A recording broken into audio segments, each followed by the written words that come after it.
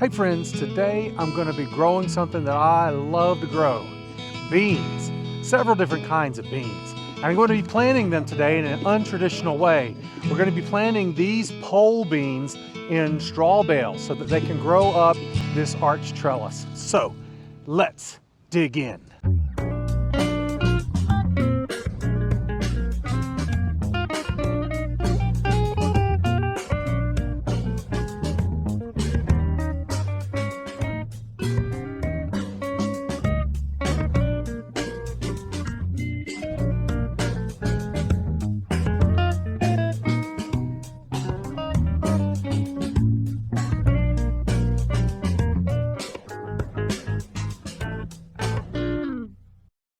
Beans are one of the easiest things that you can grow. There are so many different varieties of beans, and beans taste delicious and they're good for you too.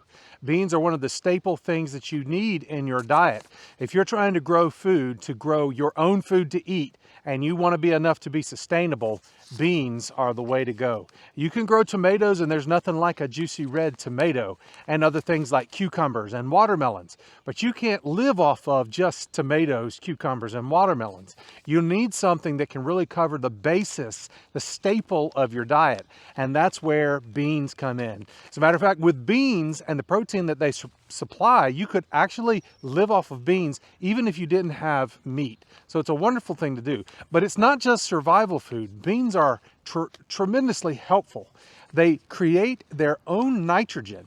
So they're a great way to improve your soil by bringing nitrogen out of the air, working with beneficial bacteria in the soil to create their own nitrogen. So if you plant beans in your garden this year, there will be automatic nitrogen fertilizer in your garden for next year when you get ready to grow. And they're all different kinds of beans that you can cook. Do you like chili? Well, remember, you have to have pinto beans for your chili. Do you like black beans? Do you like green beans? Do you like lima beans?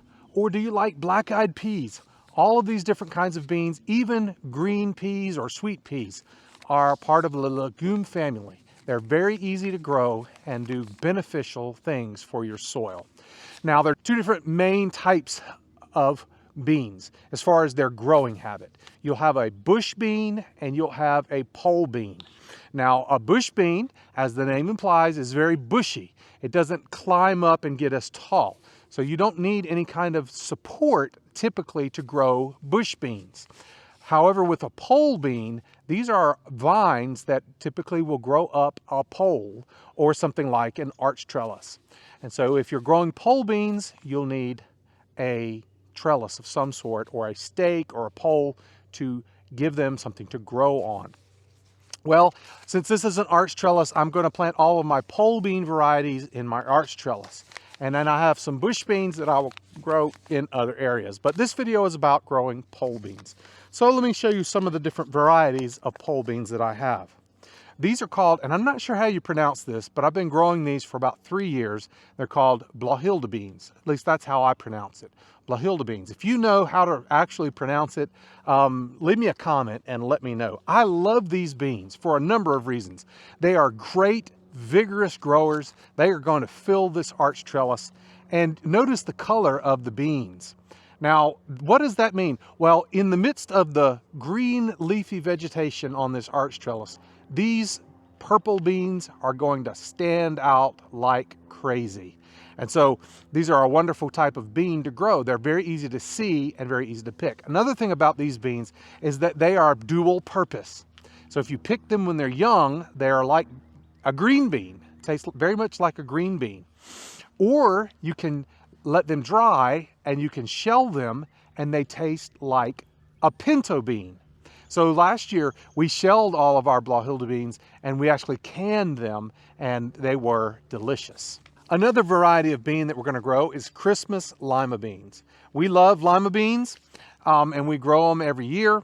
But we have been growing Jackson Wonder lima beans. And then last year we grew Ford Hook lima beans and we loved those. But this year I wanted to try something that's been recommended by so many people. It's this Christmas lima bean. And it is a pole bean.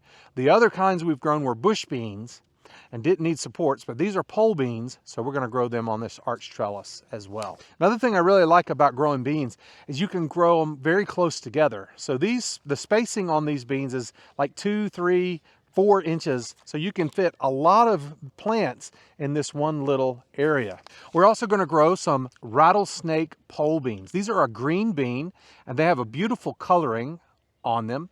But once you cook them, they turn green, just like green beans. And we love green beans, and so we're going to grow these. And those can be canned. That's another thing that's wonderful about beans, is they're very easy to preserve. You can can them, you can freeze them, you can dry them, and they will last all year long. As a matter of fact, if you can them, they will last multiple years. Another type of bean we're going to grow is this Cherokee Trail of Tears bean. These are a black bean, and they are also a pole climbing bean. So those are the varieties of pole beans we'll be growing in this hay bale, and let me show you how we're going to do it. Now, beans, as I said, make their own nitrogen. They take nitrogen out of the air and they turn it into fertilizer. They cannot do it on their own. You think that they're doing it on their own, but actually what is happening is they are working in a symbiotic relationship with bacteria that is in the soil. So the bacteria in the soil and the roots of the legumes or the beans work together to create nitrogen. And that bacteria is a naturally occurring bacteria that's in almost all soil. But it can vary. Sometimes there's a lot of it, sometimes there's a little bit of it.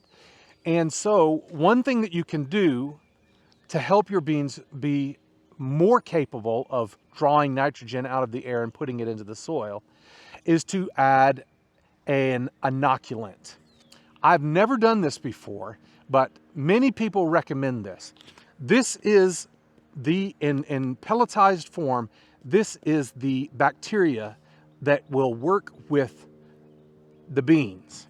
So by adding this to the soil, I'm actually increasing the amount of nitrogen that these beans will be able to sequester into the soil, at least in theory. Now, like I said, I've never done this before, so I'm going to do a little bit of an experiment this year. I'm going to use this inoculant on one side of the trellis, but I'm not going to use it on the other side of the trellis. So this side is going to get the inoculant, and this side is not going to have the inoculant. And then at the end of the growing season, we'll be able to check back and see how effective was this inoculant in our experiment. So I hope that you'll come back and check the next video that'll be coming down the road in 60 to 90 days. That's about how long it will take for these different varieties to grow and to produce. I hope you're looking forward to, as much as I am, seeing how it turns out on this garden trellis. Now when you're planting your beans, they can be planted fairly close together. You'll notice on these rattlesnake pole beans, you can plant them 3 to 4 inches apart, and you want to plant them to a depth of about 1 inch.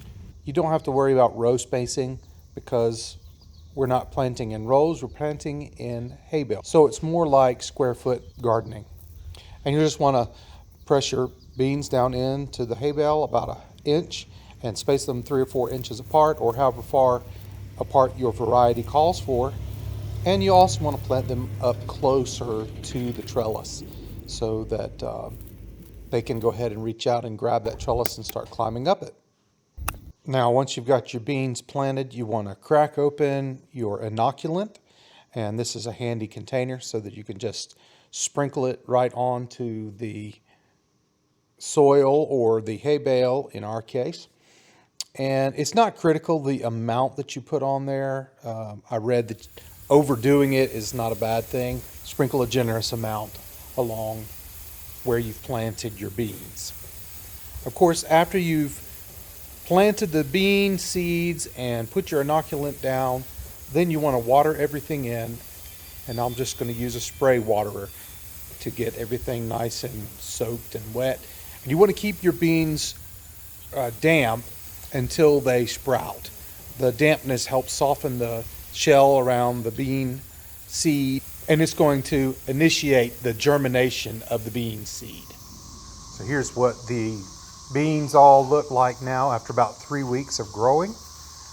And of course you can hear those cicadas in the background.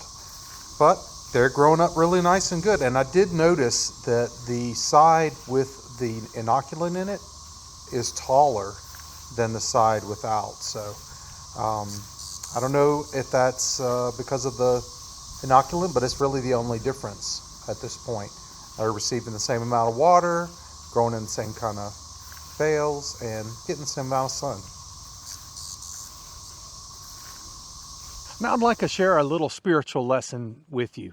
I want to read you something from 1 Corinthians chapter 3, verses 6 through 7. This is Paul, and he is talking about how he went around and planted different churches in the ancient world during New Testament times. But then other people would come in and tend those churches that he had planted. And so as part of that, he wrote this to the Corinthians. He said in 1 Corinthians 3, 6 through 7, I plant the seed, Apollos watered it, but God has been making it grow. So neither the one who plants nor the one who waters is anything, but only God who makes it grow. And I think about that as we work in our garden. And I think about that also when we work with our children and with other people that are in our lives. For when it comes to the garden, we plant the seeds, we water the seeds, we fertilize, we nurture, we tend the crops. But we are not the ones that make those plants grow. Only God can do that. Somehow, mysteriously, God is the one that did that. And when it comes to our children, I have 3 children of my own. And I did the very best job that I could to try to parent them, the best that I can. But it wasn't all up to me. They had their own choices to make. And also there were other people, thankfully, their teachers, people at church, their friends parents. You know, they say it takes a village. Well, it certainly does. And although I did the best that I could to pour into my children, there were many other people that were pouring into them as well. And ultimately, it was God that was watching over them and tending them.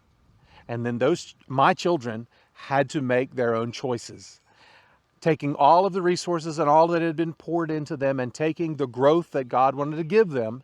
And as they responded to that, they grew to become the people that they are. And the same is true with all of the people that we interact with in any given day. We do our part. Other people do their part. But ultimately, God is doing his part. And that's what brings the growth. But even at the end of the day, every person has the freedom to make their own choice. And some people have been given exactly the very best opportunity as possible, and they still make bad choices at the end of the day.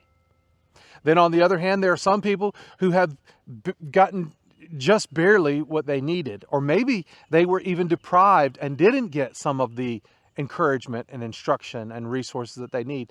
But still God is there, and he is working to try to pour grace into their life so that they have a chance to make the right choice. But still, it's up to them to make the choice. And some people, even though they have been given very little, they still make the right choice. Because it all comes to us. It is our choice, our free choice to make. God gives us the choice, and then you decide what you're going to do. So think about that in your own life. Be thankful for all of the different people who have poured themselves into your life and nurtured you. Be thankful for God and what he has done for you. And respond by making the right choices, by doing the right thing. And sometimes we make mistakes, and that's okay. We can receive God's grace anew. We can receive forgiveness and try again. But understand also that the people out there that you interact with, whether they are your family, your friends, or just strangers that you meet along the way, they're all making their own choices too. So remember these things, and then let's get out there and let's grow and be fruitful.